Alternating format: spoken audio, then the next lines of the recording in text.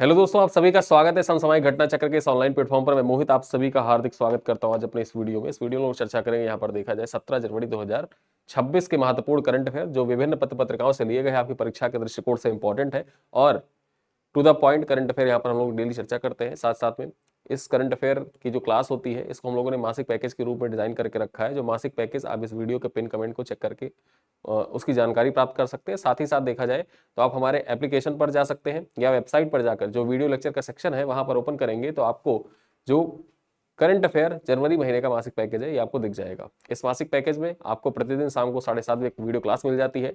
Daily class PPT class PDF आपको share की जाती है। प्रिंटेबल पीडीएफ आपको प्रोवाइड किया जाता है हिंदी इंग्लिश दोनों भाषाओं में। और साथ ही साथ यहाँ पर देखा जाए डेली 10 एमसीक्यू का ऑनलाइन टेस्ट भी होता है और एमसीक्यू का टेस्ट आप एप्लीकेशन पर जाकर वहां पर आप ऑनलाइन अटेम्प्ट कर सकते हैं विद डिटेल एक्सप्लेनेशन। सारे एमसीक्यू टेस्ट वहां पर लगे होते हैं। महीने के एंड में आपको कंपाइल पीडीएफ प्रोवाइड किया जाता है जिससे आप पूरे महीने के जो आपने करंट अफेयर पढ़े हैं उनको आप आसानी से रिवाइज कर सके। और खास बात यह है कि हमारा पूरा कंटेंट बाइलिंगुअल है। ठीक है, पूरा कंटेंट बाइलिंगुअल है। हिंदी भाषा में हम पीडीएफ अलग प्रोवाइड करते हैं, इंग्लिश भाषा में पीडीएफ अलग प्रोवाइड करते हैं जो प्रिंटेबल फॉर्मेट में होता है। और ये प्रिंटेबल पीडीएफ का जो फॉर्मेट है इसको आप डाउनलोड कर सकते हैं हमारे व्हाट्सएप कम्युनिटी से। जब आप हमारे मासिक पैकेज में ज्वाइन होते हैं, एनरोल होते हैं, एनरोल होने के बाद आपको जो हमारा व्हाट्सएप कम्युनिटी है वहां पर ऐड कर दिया जाता है और वहीं पर देखा जाए आपको पीडीएफ सारे शेयर किए जाते हैं और प्रिंटेबल फॉर्मेट में होते हैं जिनको आप आसानी से जाके जो प्रिंट आउट की शॉप है आपके आसपास में वहां से आप प्रिंट आउट निकलवा सकते हैं और पूरा कंटेंट आप रिवाइज कर सकते हैं। ठीक है, तो यहाँ पर ये थी मासिक पैकेज के बारे में जानकारी। चलिए स्टार्ट करते हैं करंट अफेयर 17 जनवरी 2026 के। ठीक है, कौन कौन सी महत्वपूर्ण खबरें हैं जो हमने परीक्षा के दृष्टिकोण से इंपॉर्टेंट है। सबसे पहली खबर यहाँ पर देखा जाए उत्तर प्रदेश स्पेशल से है, इंडिया फूड एक्सपो 2026 के बारे में। ठीक है, ये इंडिया फूड एक्सपो 2026 के बारे में है, आपकी परीक्षा के दृष्टिकोण से इंपॉर्टेंट है और यूपी स्पेशल के दृष्टिकोण से भी महत्वपूर्ण हो जाता है ये पॉइंट। देखा जाए तो इंडिया फूड एक्सपो 2026 का 10वां संस्करण 10 से 18 जनवरी 2026 को आयोजित किया जा रहा है। ठीक है, 10 से 18 जनवरी के बीच में इसका आयोजन किया जा रहा है। यहां पर देखा जाए इसका उद्घाटन उत्तर प्रदेश के उप मुख्यमंत्री केशव प्रसाद मौर्य के द्वारा किया गया है। किसके द्वारा किया गया इसका उद्घाटन? केशव प्रसाद मौर्य के द्वारा किया गया है। और यहां पर बात कर ले तो ये आयोजन कहां पर किया जा रहा है? आयोजन स्थल रिगेलिया ग्रीन्स यानी कि 1090 चौराहा जो लखनऊ में अवस्थित है, 1090 चौराहा, वहीं पर इसका उद्घाटन किया जा रहा है, यही वहीं पर इसका आयोजन किया जा रहा है। ठीक है, और यहां पर चर्चा करें, यह एक्सपो खाद्य प्रसंस्करण, स्टार्टअप्स, एमएसएमई और कृषि खाद्य उद्योगों को बढ़ावा देने से संबंधित है। तो आपकी परीक्षा के लिए महत्वपूर्ण हो जाता है इंडिया फूड एक्सपो 2026 का आयोजन कहां पर किया गया। और ऐसे सवाल आपकी परीक्षा में पूछे गए हैं। यूपी पीसीएस 2019 का पेपर उठाइए, 2019 का आप पेपर देखेंगे, वहां पर आपको मिल जाएगा जैसे सरस आजीविका मेला। ठीक, सरस आजीविका मेला के बारे में मिल जाएगा। ठीक है, ग्रेटर नोएडा में उस टाइम पे आयोजित किया गया था, सवाल पूछा था यूपी पीसीएस 2019 में। फिर उसके बाद में देखा जाए जो फूड एक्सपो है, फूड एक्सपो के संबंधित सवाल आपकी परीक्षा में पूछे जा चुके हैं पीवाईक्यू में। उसी प्रकार से याद रखिएगा इंडिया फूड एक्सपो 2026 कहां पर? तो इंडिया फूड एक्सपो 2026 का आयोजन लखनऊ में किया गया है। चलिए आगे देखते हैं, राष्ट्रीय उद्यमिता अभियान का शुभारंभ किया गया है। ये राष्ट्रीय उद्यमिता जो अभियान है इससे संबंधित कुछ महत्वपूर्ण पॉइंट्स देख लेते हैं, आपकी परीक्षा के लिए इंपॉर्टेंट है। राष्ट्रीय उद्यमिता अभियान का शुभारंभ 12 जनवरी 2026 को तथा प्रविष्टि 14 जनवरी 2026 को हुआ। इसका नोडल मंत्रालय कौन सा है? तो याद रखिएगा ये राष्ट्रीय उद्यमिता अभियान जो है इसके लिए नोडल मंत्रालय है ग्रामीण विकास मंत्रालय। महत्वपूर्ण हो जाता है, ग्रामीण विकास मंत्रालय के तत्वाधान में यह अभियान इसको संचालित किया जा रहा है। यहां पर चर्चा करें, अभियान DAY दीनदयाल अभियान जो है एनआरएलएम से संबंध है और इसका नारा क्या है? हर घर उद्यम हर गांव समृद्ध। ठीक है, हर घर उद्यम और हर गांव समृद्ध, ये इसका नारा है। आपके परीक्षा के लिए इंपॉर्टेंट हो जाता है कि राष्ट्रीय उद्यमिता अभियान जो शुभारंभ किया गया है ग्रामीण विकास मंत्रालय के द्वारा, इसका नारा क्या है, इसका टैगलाइन क्या है, इसका लोगो क्या है, या इसका जो आपके परीक्षा के दृष्टिकोण से महत्वपूर्ण पॉइंट पूछा जा सकता है कि इसका नारा क्या है। तो याद रखिए, हर घर उद्यम हर गांव समृद्ध। आगे चर्चा करें, इसका लक्ष्य 3 करोड़ सेल्फ हेल्प ग्रुप महिलाओं को लखपति दीदी बनाना है। 50,000 CRP और 5 लाख SHG यानी कि सेल्फ हेल्प ग्रुप सदस्यों की प्रशिक्षण प्रदान करना इसका मुख्य लक्ष्य है। ठीक है, और यहां पर चर्चा कर लेते हैं तो इसमें प्रमुख सहभागी कौन है? तो नीति आयोग, नाबार्ड और bill and Melinda Gates foundation यहां पर प्रमुख सहभागी के रूप में कार्य करेंगे। तो ये आपके परीक्षा के दृष्टिकोण से इंपॉर्टेंट हो जाता है राष्ट्रीय उद्यमिता अभियान। चलिए आगे चर्चा करते हैं राजस्थान की पहली पूर्ण जैविक ग्राम पंचायत के बारे में। राजस्थान की पहली पूर्णतः जैविक ग्राम पंचायत कौन सी बन गई है, यहां पर देखा जाए बामनवास काकड़ पंचायत। ठीक है, बामनवास काकड़ पंचायत जो है ये 13 जनवरी 2026 को राजस्थान की पहली पूर्ण जैविक ग्राम पंचायत का प्रमाण पत्र इसको प्राप्त हुआ है। तो याद रखिएगा, राजस्थान की पहली पूर्ण जैविक ग्राम पंचायत कौन सी है, बामनवास काकड़ पंचायत। इसको राजस्थान की पहली पूर्ण जैविक ग्राम पंचायत का प्रमाण पत्र दिया गया है। चर्चा कर ले, ये पंचायत नवगठित कोटपूतली बहरोड जिले में स्थित है। कहां पर, कोटपूतली बहरोड जिले के अंतर्गत आता है। और इसका मुख्य उद्देश्य क्या है, मृदा क्षरण को रोकना, गिरते भूजल स्तर में सुधार करना तथा रासायनिक खेती से जुड़े स्वास्थ्य जोखिमों को कम करना इसका मुख्य उद्देश्य है। ठीक है, और यहां पर चर्चा करें, यह उपलब्धि जैविक कृषि और सतत ग्रामीण विकास की दिशा में एक महत्वपूर्ण कदम माना जा रहा है। ठीक है, तो यहां पर इंपॉर्टेंट ये हो जाता है कि पहली पूर्ण जैविक ग्राम पंचायत। अब जैविक ग्राम पंचायत यहां पर जो कृषि होगी, इस गांव में जो खेती होती है वहां पर रासायनिक खाद का प्रयोग नहीं किया जाता है। ठीक, जैविक खाद का प्रयोग करते हैं, जो पर्यावरण अनुकूल प्रक्रियाएं हैं उनको अपनाई जाती है। साथ साथ में जो जल स्तर है उस पर भी ध्यान दिया जाता है। तो इन सब चीजों को देखते हुए इसको राजस्थान का पहला पूर्ण जैविक ग्राम पंचायत घोषित किया गया है। ठीक है, चलिए आगे देखते हैं, माउंट अकांकागुआ पर ऐतिहासिक पूर्ण सोलो अभियान के बारे में चर्चा करते हैं। ठीक, पूर्ण सोलो अभियान के बारे में चर्चा करें, यहां पर देखा जाए भारतीय पर्वतारोही अरित्र राय ने अर्जेंटीना स्थित माउंट अकांकागुआ, इसकी ऊंचाई कितनी है, यहां पर देखा जाए 6967.15 मीटर इसकी ऊंचाई है। इस पर एक ऐतिहासिक पूर्ण सोलो अभियान के तहत सफल फतह किया। यहां पर ये फोटो आप मत देखिएगा, इमेज दूसरी लगी हुई है। बेसिकली माउंट अकांकागुआ की तस्वीर लगानी थी, तो यहाँ पर 2 लोग हैं, लेकिन ये पूर्णतः सोलो ट्रिप थी, अकेले थे ये। ठीक है, ये जो अरित्र राय है इन्होंने अकेले माउंट अकांकागुआ पर चढ़ाई की है। चर्चा कर ले, माउंट अकांकागुआ एशिया के बाहर विश्व की सबसे ऊंची चोटी है। एशिया के बाहर, सवाल आपसे पूछा जा सकता है कि एशिया के बाहर विश्व की सबसे ऊंची चोटी कौन सी है, तो माउंट अकांकागुआ है। यह अभियान देखा जाए तो हिंदुस्तान एरोनॉटिक्स लिमिटेड ने प्रायोजित किया था। यानी कि जो अरित्र राय का यह अभियान था माउंट अकांकागुआ पर चढ़ाई करने का, यहां पर देखा जाए इसको स्पॉन्सर किसने किया था, तो हिंदुस्तान एरोनॉटिक्स लिमिटेड के द्वारा इसको प्रायोजित किया गया था, स्पॉन्सर्ड किया गया था। ठीक है, तो ये पॉइंट आप याद रखिएगा। चलिए आगे चलते हैं, यहां पर देखा जाए इंस्पायरिंग इनोवेटर्स कौशल पहल की घोषणा की गई है। इंस्पायरिंग इनोवेटर्स कौशल पहल की घोषणा की गई है। चर्चा कर लेते हैं, यहां पर देखा जाए इंस्पायरिंग इनोवेटर्स नए भारत की नई पहचान कौशल पहल की घोषणा 13 जनवरी 2026 को की गई। यह सूचना एवं प्रसारण मंत्रालय के प्रधान वैज्ञानिक सलाहकार कार्यालय और नेटफ्लिक्स के सहयोग से शुरू की गई है। ठीक है, सूचना प्रसारण मंत्रालय, प्रधान वैज्ञानिक सलाहकार कार्यालय और नेटफ्लिक्स के सहयोग से ये इंस्पायरिंग इनोवेटर्स कौशल पहल की शुरुआत की गई है। ठीक है, याद रखिएगा, परीक्षा में पूछ सकता है कि इंस्पायरिंग इनोवेटर्स कौशल पहल की शुरुआत किसके सहयोग से की गई है। तो 3 यहां पर भागीदार हैं, तीनों भागीदार का नाम आपको याद रखना है। पहला कौन, सूचना प्रसारण मंत्रालय, फिर दूसरा है प्रधान वैज्ञानिक सलाहकार, तीसरा है यहां पर नेटफ्लिक्स। सवाल कैसे पूछेगा आपसे, यूपीपीसीएस का पैटर्न आपने देख ही लिया है। इस बार यूपीपीसीएस का जो लोक सेवा आयोग का प्रश्न पूछने का पैटर्न है, ठीक, वो किस प्रकार से है। वो सवाल आपसे ऐसे पूछेगा कि जो सवाल पूछेगा इंस्पायरिंग इनोवेटर्स कौशल पहल की घोषणा की गई है, फिर ऑप्शन ए दे, मतलब वहीं पर दे देगा, पहला सूचना प्रसारण मंत्रालय, दूसरा प्रधान वैज्ञानिक सलाहकार कार्यालय और तीसरा नेटफ्लिक्स, फिर चौथा अमेजॉन। अब उसके बाद ऑप्शन देगा ए 1 2 3, बी कहेगा 2 और 3, सी कहेगा 1 और 4, और डी कहेगा 1 2 और 1 2 और 4। अब यहां पर पूछेगा कि कौन सा उत्तर सही है। तो यहां पर आपको इन तीनों के बारे में, यानी कि चारों ऑप्शन के बारे में पता होना चाहिए। और जो ये सवाल होते हैं ना, ये आपको लगता है ना कि नहीं पूछेगा, भूल जाइए, अपने दिमाग से ये वहम निकाल दीजिए कि ये नहीं पूछ सकता है कि किसके सहयोग से स्टार्ट की गई है। परीक्षा में आप देख चुके हैं 2025 का यूपीपीसीएस के प्रीलिम्स का सवाल आपने देखा। ठीक है, यूपीपीसीएस के प्रीलिम्स के सवाल में ऐसे आप पेपर उठा के देखिए, सवाल बहुत आसान से, लेकिन ऑप्शन उनके कठिन है। प्रश्न आसान, ऑप्शन कठिन। अब यहाँ पर इंस्पायरिंग इनोवेटर्स कौशल पहल की घोषणा किसके द्वारा की गई है, सवाल पूछ लिया कि किसके द्वारा की गई है। अब वन लाइनर जब होता था, वन लाइनर सीधे सीधे होता था तो ऑप्शन आप टिक कर देते थे। अब यहाँ पर 3 भागीदार है तो तीनों भागीदार के बारे में आपको पता होना चाहिए कि सूचना प्रसारण मंत्रालय भी है, प्रधान वैज्ञानिक सलाहकार कार्यालय भी है और नेटफ्लिक्स भी है। तब जाके आप आंसर टिक कर पाएंगे कि इसका सही उत्तर ऑप्शन ए हो जाएगा। ठीक है, यहां पर देखा जाए क्रियान्वयन भागीदार ग्राफिटिक स्टूडियोज है। इसका उद्देश्य स्टोरी टेलिंग के माध्यम से सामाजिक नवाचार को बढ़ावा देना है। पहल के तहत मंथन प्लेटफॉर्म द्वारा चयनित 8 भारतीय सामाजिक स्टार्टअप पर आधारित 8 लघु एनिमेटेड फिल्में तैयार की गई हैं। चलिए आगे चलते हैं।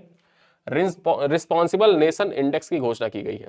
ये रिस्पॉन्सिबल नेशन इंडेक्स की घोषणा की गई है, आपके परीक्षा के दृष्टिकोण से बहुत महत्वपूर्ण हो जाता है। यहां पर देखा जाए कि रिस्पॉन्सिबल नेशन इंडेक्स की घोषणा 13 जनवरी 2026 को तथा आधिकारिक लॉन्च 19 जनवरी 2026 को डॉक्टर अंबेडकर इंटरनेशनल सेंटर में इसका आयोजन हुआ है। ठीक है, यहां पर देखा जाए डॉक्टर अंबेडकर इंटरनेशनल सेंटर जो है यहां पर इसका आधिकारिक रूप से यहां पर लॉन्च किया जाएगा। 13 जनवरी 2026 को इसकी घोषणा की गई थी। चर्चा कर लेते हैं इसका उद्देश्य क्या है। तो इसका आयोजन यहां पर सबसे पहले देखें वर्ल्ड इंटेलेक्चुअल फाउंडेशन ने किया है। इसका आयोजन किसके द्वारा, वर्ल्ड इंटेलेक्चुअल फाउंडेशन के द्वारा इसका आयोजन किया जाएगा। और यह भारत का पहला ग्लोबल इनकोड सूचकांक है जो 154 देशों के मूल्यांकन जीडीपी के बजाय जिम्मेदार शासन, सामाजिक कल्याण, पर्यावरण और अंतरराष्ट्रीय योगदान के आधार पर करता है। ठीक है, तो यहां पर याद रखना है ये जीडीपी के आधार पर मूल्यांकन नहीं करता है। ये किस आधार पर मूल्यांकन करेगा, ये जिम्मेदार शासन के आधार पर मूल्यांकन करेगा, सामाजिक कल्याण के आधार पर कि सरकारें किस प्रकार से अपनी जो आम जनमानस है, आम जनता है, उसके लिए सामाजिक कल्याण से रिलेटेड कार्य है वो किस प्रकार से संपादित कर रही है उस पर ध्यान फोकस करेगा। पर्यावरण के लिए सरकारें क्या कर रही हैं, ठीक है, और अंतरराष्ट्रीय योगदान किस प्रकार से सरकारें दे रही हैं, जो विभिन्न देश हैं अंतरराष्ट्रीय योगदान किस प्रकार से दे रहे हैं उन पर फोकस किया जाएगा। ठीक है, चलिए आगे चलते हैं। 16वीं आसियान रक्षा मंत्रियों की बैठक के बारे में चर्चा करते हैं। अब ये जो 16वीं आसियान रक्षा मंत्रियों की बैठक है इसके बारे में चर्चा करें। यहां पर देखा जाए 16वीं आसियान रक्षा मंत्रियों की बैठक प्लस विशेषज्ञ कार्य समूह की बैठक 14 से 16 जनवरी 2026 को नई दिल्ली में आयोजित हुई। बैठक का मुख्य विषय आतंकवाद का मुकाबला था।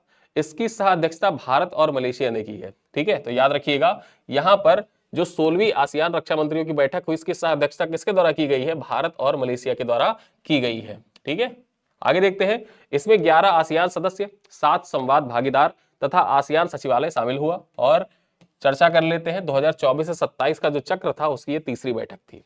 ठीक, 2024 से 27 के चक्र की ये तीसरी बैठक थी। आगे चर्चा करते हैं top cities for women in India report. ठीक है, top cities for women in India report 2025 के बारे में चर्चा करें।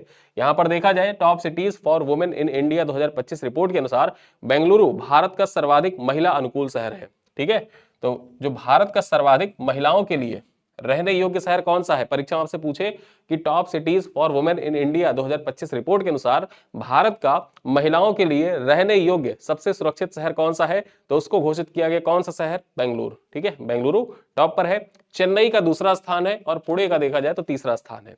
ठीक, यहां पर देखें तो चेन्नई दूसरे स्थान पर, पुणे का तीसरा स्थान है।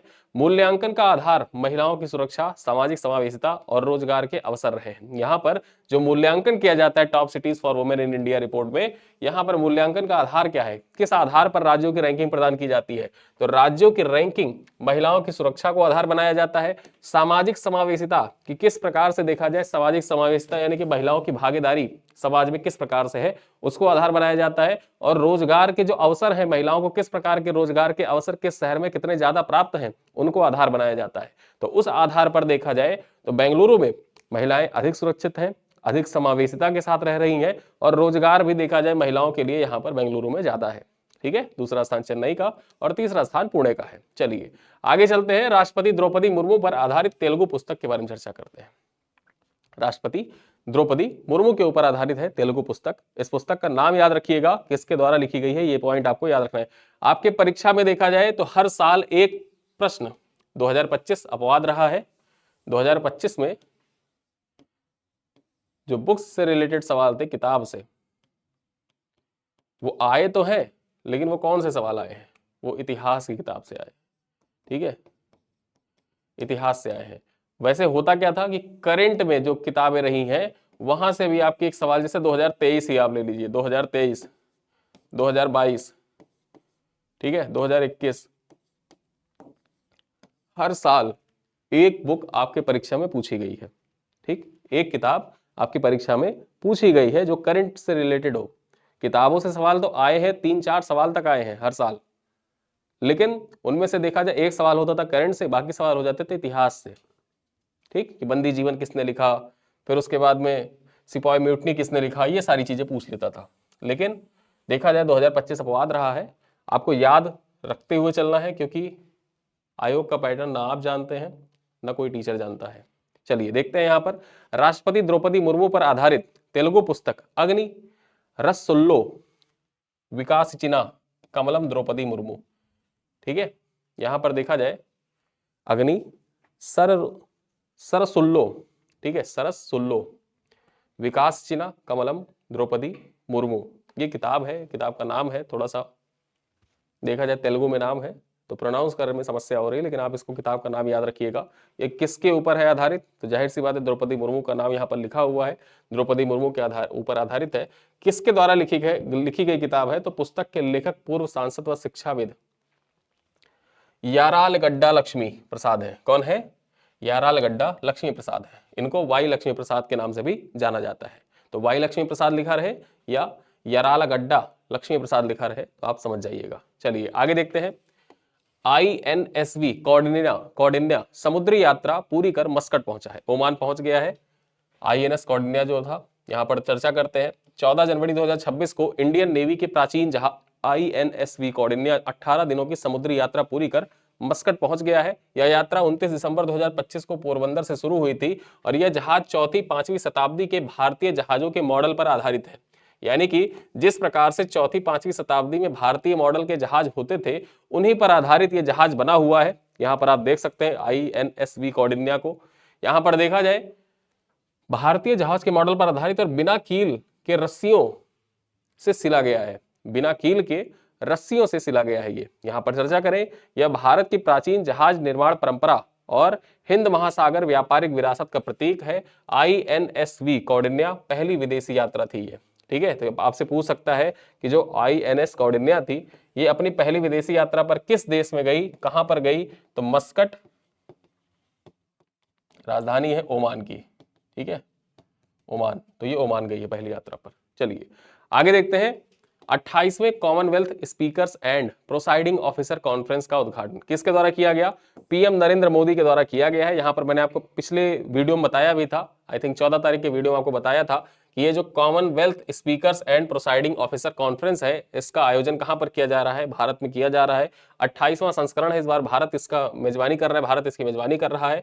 और इसका उद्घाटन देखा जाए, शुरुआत तो इसकी 14 से हुई, 14 तारीख, 15 तारीख और 16 तारीख इसका जो डेट था ऑफिशियल, लेकिन उद्घाटन जो था PM मोदी के द्वारा 15 तारीख को किया गया। यहां पर चर्चा करें, 15 जनवरी 2026 को प्रधानमंत्री नरेंद्र मोदी ने संसद परिसर में 28वें Commonwealth speakers and presiding officers conference का उद्घाटन किया है। यहां पर आप देख सकते हैं। चर्चा करें, यह सम्मेलन 14 से 16 जनवरी तक आयोजित हुआ और इसकी अध्यक्षता लोकसभा अध्यक्ष ओम बिरला के द्वारा की गई। इसमें कॉमनवेल्थ के 42 देश और 61 स्पीकर्स एवं प्रोसाइडिंग ऑफिसर सम्मिलित हुए। सम्मेलन समापन पर लोकसभा अध्यक्ष ने अगला सम्मेलन होगा, यानी कि 29वां सम्मेलन जो होगा, उसकी औपचारिक अध्यक्षता किसको सौंप दी है, लिंडसे होयाले को सौंप दी है।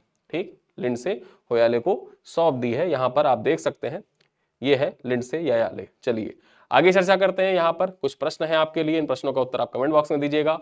इंडिया फूड एक्सपो 2026 के 10वें संस्करण का आयोजन कहां पर किया गया, इंदिरा गांधी प्रतिष्ठान लखनऊ, भारत मंडपम नई दिल्ली, 1090 चौराहा लखनऊ, कृषि विश्वविद्यालय कानपुर। क्वेश्चन नंबर 2 है, राष्ट्रीय उद्यमिता अभियान किस मंत्रालय के अंतर्गत शुरू किया गया है, महिला बाल विकास मंत्रालय, कौशल विकास मंत्रालय, ग्रामीण विकास मंत्रालय या MSME मंत्रालय। क्वेश्चन नंबर 3 है, राजस्थान की पहली पूर्ण जैविक ग्राम पंचायत बनने का गौरव किस पंचायत को मिला है, खेजडली ग्राम पंचायत या बामनवास कांकड़ ग्राम पंचायत, पिपलांतरी ग्राम पंचायत या सूरतगढ़ ग्राम पंचायत। कौन सी ग्राम पंचायत है जो राजस्थान की पहली पूर्ण जैविक ग्राम पंचायत बनी है। आगे देखिए, माउंट अकांकागुआ पर सोलो फतह हासिल करने वाले भारतीय पर्वतारोही कौन है, सत्यरूप सिद्धांत, अरुणिमा सिन्हा, अरित्र राय या अनूप शाह। और अंतिम सवाल है, top cities for women in India 2025 report के अनुसार भारत की सबसे महिला अनुकूल शहर कौन सा है? पुणे, चेन्नई, हैदराबाद या बेंगलुरु? ठीक है, तो यहां पर देखा जाए आपसे इस वीडियो में पूछे गए हैं 5 सवाल, कुछ महत्वपूर्ण पॉइंट्स आपके परीक्षा के दृष्टिकोण से इंपॉर्टेंट, यूपी स्पेशल के दृष्टिकोण से इंपॉर्टेंट, सारे प्रश्नों को एक साथ समाहित कर यहां पर आपसे पूछा गया है। प्रश्नों का उत्तर कमेंट बॉक्स में जरूर लिखा करें। ठीक है, जो सवाल आपसे पूछे जाते हैं ये इसी वीडियो पर आधारित सवाल होते हैं और इसी वीडियो के अंतर्गत जब आप वीडियो अंत तक देखते हैं तो सवालों का उत्तर जरूर किया करें। ठीक, तो इन्हीं सब बातों के साथ इस वीडियो को करते हैं समाप्त। मिलते हैं अगली क्लास में, तब तक के लिए धन्यवाद।